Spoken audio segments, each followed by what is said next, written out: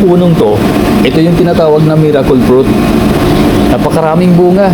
Nung napansin nila, 3 lang yung bunga. Pero nung titingnan ko, naghimala. Biglang dumami yung bunga. Napakarami at lahat malalaki na.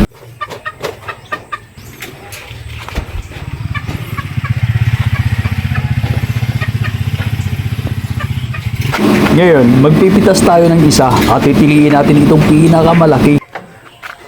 Grabe guys, oh. Sobrang laki. Ito yung tinatawag dito na miracle fruit daw ito. Tagawin kong miracle fruit juice.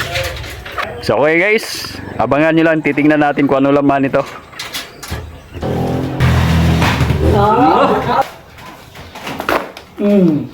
So mo ni siyang sulod. Kapas. So mo ni siya karon guys. Ako na ni siyang gikuskus hapit na ni mahuman. Ano pa dagang sulod ko? Yeah. Oni ang ihang unod guys. Kani oh. Nagtubig na siyang daan o wala pa ganyan na Oh, dahil na tubig oh. Nagtubig na siyang daan. Lang yung tubig mura siya ganang Sulod ka pula. indot kaya yung pagka-syrup oh. Indot kaya yung pagka-syrup.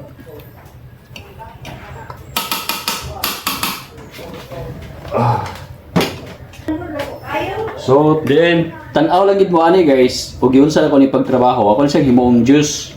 Pero ayaw mo pagmahay kay nagkahuman na ni mahimo na nako ni siyang juice. Di gid mo kadilaw. Ang susunod natin gagawin, kukuliktahin na natin lahat ng katas ng ating miracle fruits. Pero ilalagay natin dito sa freezer para madali lang natin gawin. Kung meron kayo nito guys, kahit anong klaseng prutas, pwede niyong gawin dito. Pwede niyong gawing juice dito sa freezer na to.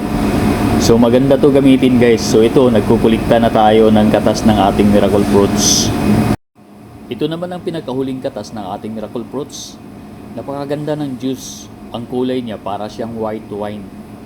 Pero hindi yan pwedeng inumin kung hindi matibay ang iyong sikmura dahil magsusuka ka talaga. Ito na ngayon ang pinakuluan nating miracle fruit juice. Nag-iibay siya ng kulay. Umiitim siya na para siyang red wine.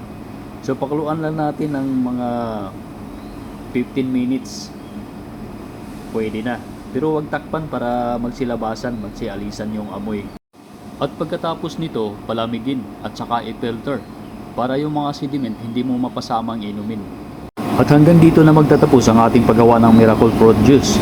At sana kung nagustuhan ninyo ang video ito, please don't forget to click subscribe, like, share, and bell buttons. Maraming salamat. Hanggang sa uulitin. Bye-bye!